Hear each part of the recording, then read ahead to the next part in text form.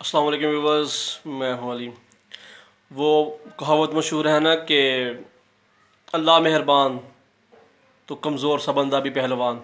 बस पाकिस्तानी टीम के साथ कुछ ऐसा ही हुआ, ठीक है। और वो सेमीफाइनल जीत कर फाइनल में पहुंच गए, ठीक है। ऐसा लगता था जैसे वो बहुत ही जल्द जो है ना वो पाकिस्तान की टिकटें करा कर पाकिस्तान दोबारा जो है ना वो पहुंच जाएंगे, लेकिन ऐसा नहीं हुआ। बल्कि पाकिस्तान की टीम ने सेमीफाइनल खेला और सेमीफाइनल खेलने के बाद वो फाइनल में भी पहुंच गए। और अब आज इतवार वाला दिन है और आज फाइनल का जो है वो टॉस जो है वो कर दिया गया है। इंग्लैंड टॉस जीत चुका था, लेकिन उन्होंने पहले बॉलिंग करने का फ़ैसला किया और अब पाकिस्तानी टीम जो है ना वो पहले बैटिंग करेगी और उसके जो जितना वो रन बनाएंगे वो चेज़ करेगा इंग्लैंड।